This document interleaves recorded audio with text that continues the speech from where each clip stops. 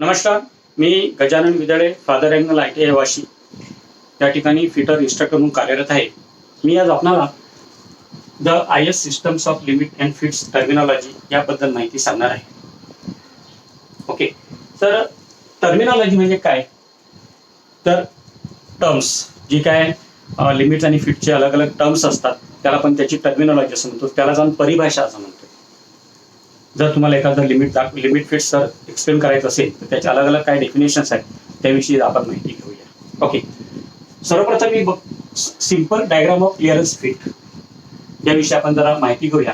तर लक्षात येईल तुमच्या, तर हे काय आहे, एक डायग्राम आहे. यामध्ये हा होल दर्शवलेला आहे आणि हा शाफ्ट दर्शवलेला आहे. क्लिअर? होल जर बघितलं तर तुम्हाला बेसिक साईज पासून हे वरचं जे डायमीटर आहे हा एवढा होल आहे आणि बेसिक साईज पासून हा वरचा जो डायमीटर आहे it is called shaft. Clear? आता याच्या अलग अलग कोणकोणत्या गोष्टी आहेत, काय काय दाखवले ते आपण बघूया. तर सर्वप्रथम आपण बघूया मॅक्झिमम डायमीटर. बरोबर आहे? बेसिक साईज पासून अप्पर लिमिट पर्यंत किंवा हाय लिमिट पर्यंत जी डायमेन्शन आहे it is called maximum diameter. Clear?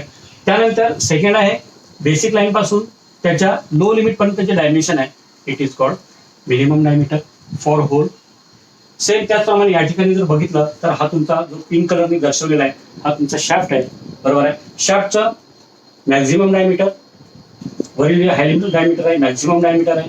त्यानंतर खालचं जे डायमीटर आहे लो लिमिट मध्ये ते झालं तुमचं minimum diameter. So it is the minimum diameter of shaft, maximum diameter of the hole. Clear?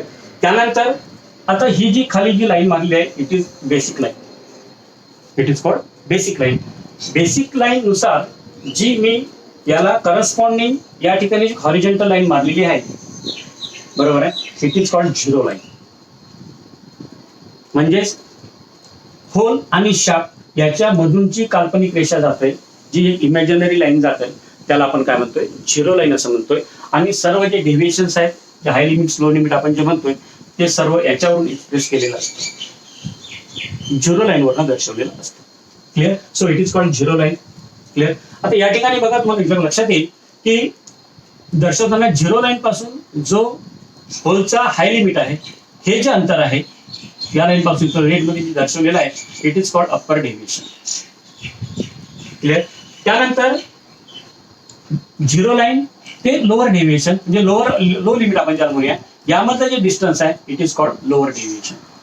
बरोबर आहे? म्हणजे झिरो लाईन पासून low limit lower deviation, zero line पासून हाय लिमिट अप्पर डेव्हिएशन. क्लिअर? त्यानंतर या ठिकाणी हा जो मधला तुम्हाला झोन दिसतोय it is called tolerance zone. म्हणजेच हाय लिमिट आणि लो लिमिट, जसं आपण बघितलं टॉलरन्स म्हणजे difference between high limit size and low limit size it is called tolerance. Clear? तर त्यानुसार या ठिकाणी जर बघितलं की हा जो तुम्हाला पोर्शन दिसतो it is called tolerance zone. हा टॉलरन्स झोन आहे. म्हणजे हा भाग रेड मध्ये दिसतोय तुम्हाला, क्रॉस सेक्शन मी मागेला आहे, हा झाला tolerance zone of hole.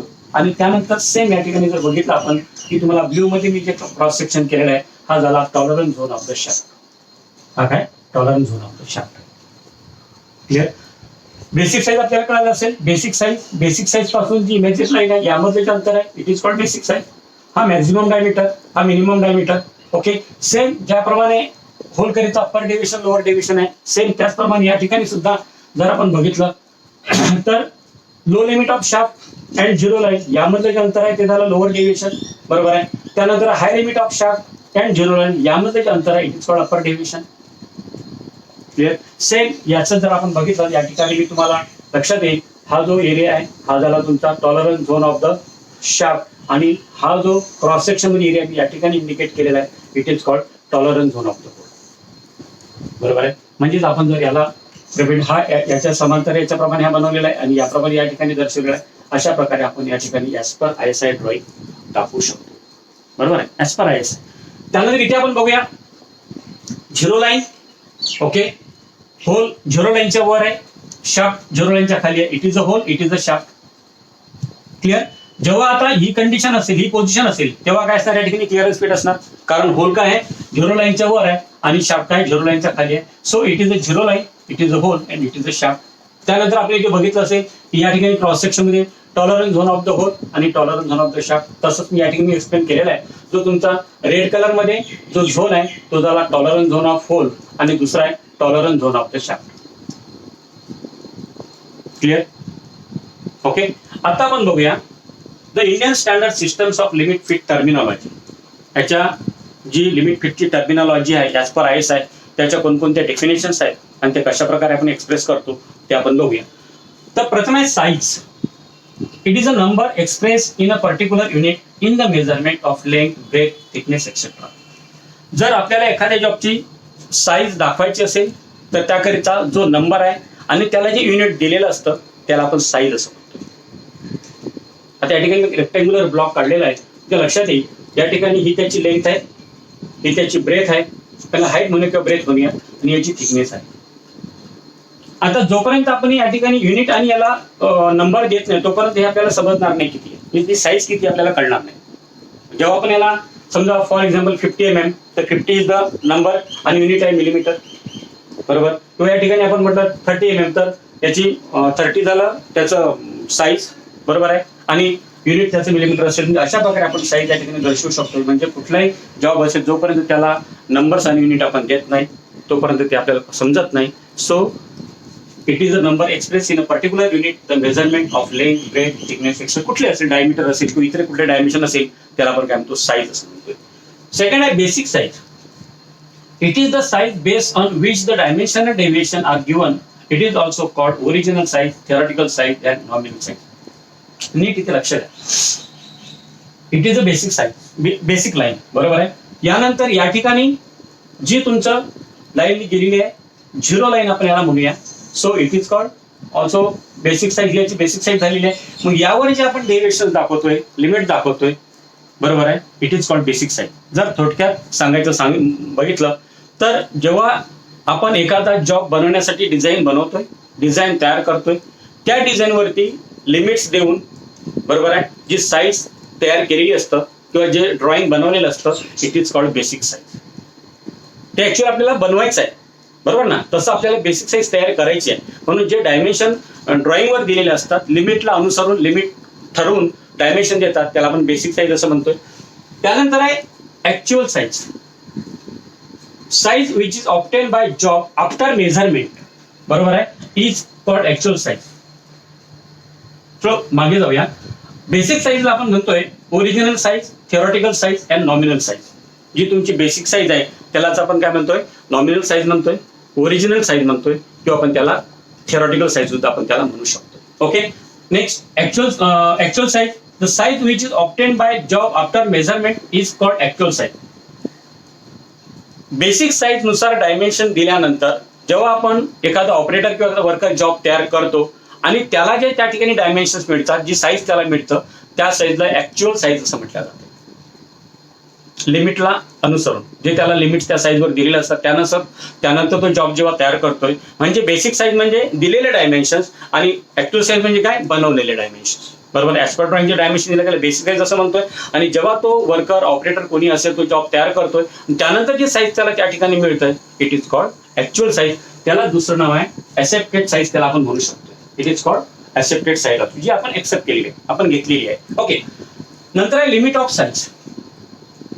These are the extreme permissible sizes within which the operator is expected to make the component.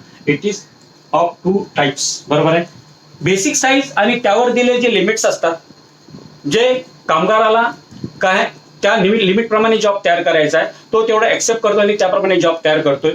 ती जी साईज आहे ती झाली लिमिट ऑफ साईज, बरोबर आहे. ती लिमिट हाय असेल किंवा लो असेल, क्लिअर. पण जी बेसिक साईज आणि त्याला दिलं जे लिमिट त्यावर दिलेलं असेल त्यानुसार तो जॉब तो बनवतोय it is called limit of size. त्यानंतर आहे maximum limit of size. It is the greater size of two given limit sizes, बरोबर आहे. दोन ज्या लिमिट साईजेस दिलेल्या आहेत जसं या ठिकाणी आपण बघूया की लो लिमिट, हाय लिमिट, यामध्ये जी मोठी साईज आहे ती झाली maximum limit. It is called maximum limit. त्यानंतर आहे मिनिमम लिमिट ऑफ साईज. यामध्ये जी लहान साईज आहे, स्मॉलर साईज आहे, बरोबर आहे, it is called minimum limit. So it is the smaller size of two given limit sizes. ज्या दोन लिमिट साईज दिलेल्या आहेत, हाय लिमिट, लो लिमिट दिलेलं आहे, त्यामध्ये जी लहान साईज आहे it is called smaller size, it is called low limit of size. त्यानंतर बघूया hole. What is the hole? Hole म्हणजे काय? जनरली आपण होल म्हटलं की एक गोलाकार जो भाग आहे त्याला होल आपण असं म्हणतोय. आतलं जे इंटरनल एखादं सर्क्युलर होल असेल त्याला आपण होल असं म्हणतोय. पण ऍज पर ISI किंवा ऍज पर BIS जर आपण लिमिट फिट मध्ये बघितलं तर कुठलंही जे आतील डायमेन्शन असेल ते सर्क्युलर असेल, स्क्वेअर असेल, ट्रायंग्युलर असेल किंवा अनइवन असेल, कुठल्याही प्रकारचं असेल त्याला होल असं म्हटलं जातं.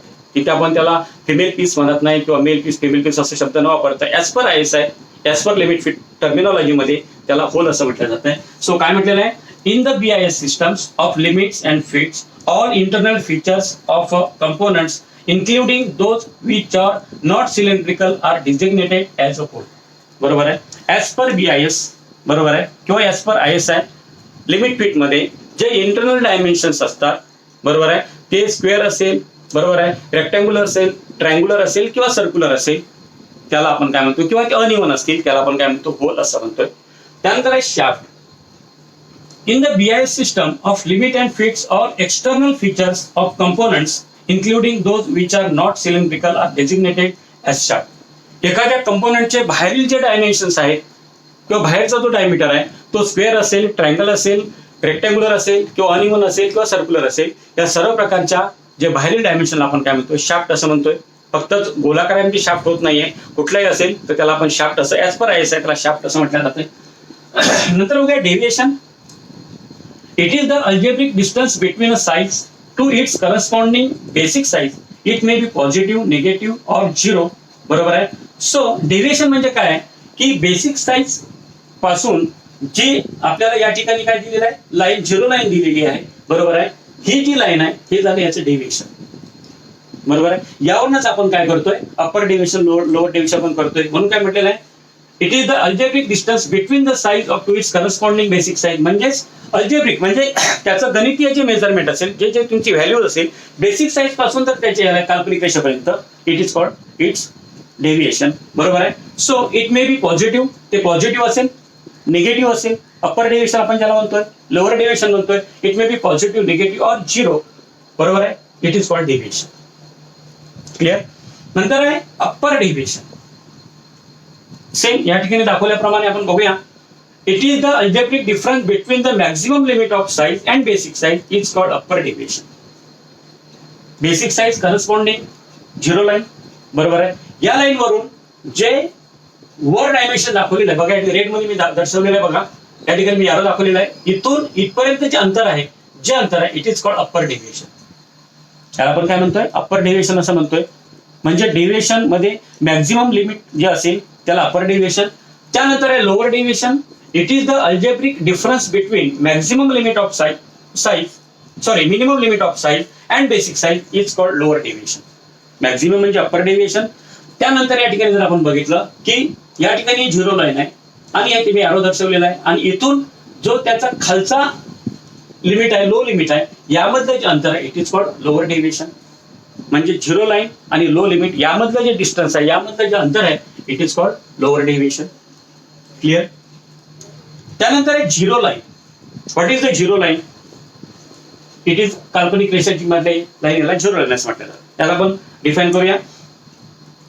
It is that main line on drawing on which our allowances and limit are represented in graphical representation of the above terms. The zero line represents the basic size. This line is also called line of zero deviation. Basic line पासून जी मी एक वर line मारलेली आहे, ज्या line वरती सर्व प्रकारचे deviations limits दिलेले असतात, ती जी लाईन आहे it is called zero line. So zero line or line of deviation, line of deviation म्हटलं जातं कारण याच्यावर सर्व डेव्हिएशन्स आपण दर्शवू शकतो. So it is a zero line or line of deviation. त्यानंतर आहे tolerance. It is the difference between the maximum limit of size and minimum limit of size. It is also positive and is expressed also as a number. आता या ठिकाणी maximum limit of size आणि minimum limit of size हा जो मधला भाग आहे याला आपण काय म्हणतो, टॉलरन्स असं म्हणतो. आणि टॉलरन्स हा नेहमी पॉझिटिव्ह असतो, ऑलवेज पॉझिटिव्ह, आणि तो आपण नंबरने दर्शवतो. जसं आपण बघितलंय की IT0, IT01 बरोबर आहे, तो IT16 म्हणजे असे 18 टॉलरन्स ग्रेड्स असतात, त्या नंबरने आपण दर्शवतोय. त्याचं आपण त्या ठिकाणी व्हॅल्यू लिहित नाही, डायमेन्शन आपण तिथे लिहित नाहीये. जो नंबर असेल, समजा 8 असेल, 8 असेल, 9 असेल, 7 असेल, 6 असेल, म्हणजे IT 01 तर असेल इंडियन टॉलरन्स 01, IT 10 असेल तर इंडियन टॉलरन्स 10, फक्त 10 आपण त्या ठिकाणी लिहितोय. So it is called tolerance. बरोबर आहे. So it is also positive are express only as a number, नंबरने आपण दर्शवतोय. नंतर आहे tolerance zone. It is the directed area which is bounded by two limits of size of part which is used to draw tolerance on graphical is called tolerance zone. या ठिकाणी जो दाखवलेला आहे लो लिमिट आणि हाय limit, यामधला जो मधला area bounded आहे तो आपण ग्राफच्या साहाय्याने दर्शवतो. या ठिकाणी मी दर्शवलेला आहे बघा. ओके, हा झाला तुमचा tolerance zone. So red colour मध्ये तो तुम्हाला रेक्टँग्युलर स्क्वेअर दिसतो, रेक्टँग्युलर दिसतोय. It is called tolerance zone of the hole. बरोबर आहे. सो टॉलरन्स झोन म्हणजे काय, लो लिमिट आणि हाय लिमिट यामधील मधला जो एरिया आहे जो आपण बाउंड केलेला आहे तो आपण ग्राफच्या साहाय्याने दर्शवतोय. It is called tolerance zone. Okay, हा शाफ्टचा टॉलरन्स झोन आहे, हा होलचा टॉलरन्स झोन आहे.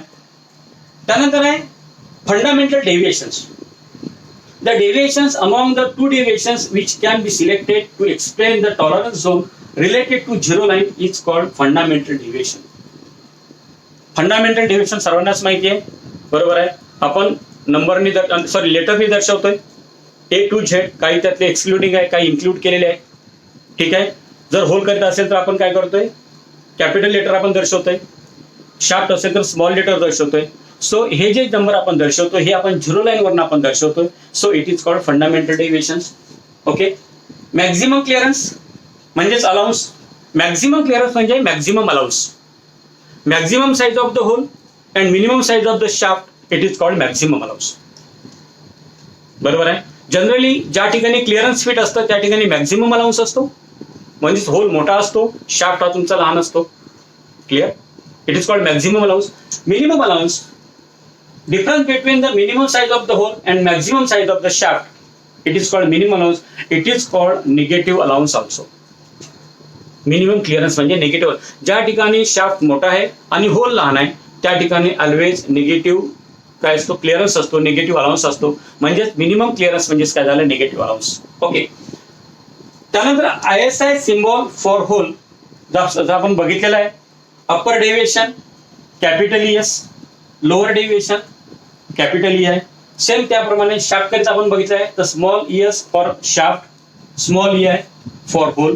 आणि एक सगळ्यात महत्वाचं लक्षात ठेवायचं, हे जे सर्व डायमेन्शन्स आपण दर्शवतो हे सर्व डायमेन्शन्स आपण मायक्रॉन मध्ये दिलेले असतात. जॉबची साईज जी असेल त्यावर जे तुमचे अप्पर डेव्हिएशन, लोअर डेव्हिएशन जे काय डायमेन्शन्स असतात हे सर्व डायमेन्शन्स मायक्रॉन मध्ये असतात. म्हणजेच 1 मिलीमीटरचा 1000वा भाग म्हणजे 1 मायक्रॉन मला सांगितलेलं आहे. त्यामध्ये जे काय असेल समजा 0.021 ते 21 मायक्रॉन होतात. जे काय आपण व्हॅल्यू असेल ती व्हॅल्यू आपण मायक्रॉन मध्ये दर्शवतोय. त्या ठिकाणी जर आपण बघितलं की all values in micron, symbol of micron is UM. अशा प्रकारे त्याचा सिम्बॉल असतो. It is a symbol of micron. Clear. तर limit, fit, terminology as per ISI आपल्याला क्लिअर झालं असेल, समजलं असेल. नेक्स्ट आपण आता स्क्रू थ्रेड आणि त्याची टर्मिनॉलॉजी पुढच्या लेसनमध्ये बघूया. Thank you very much.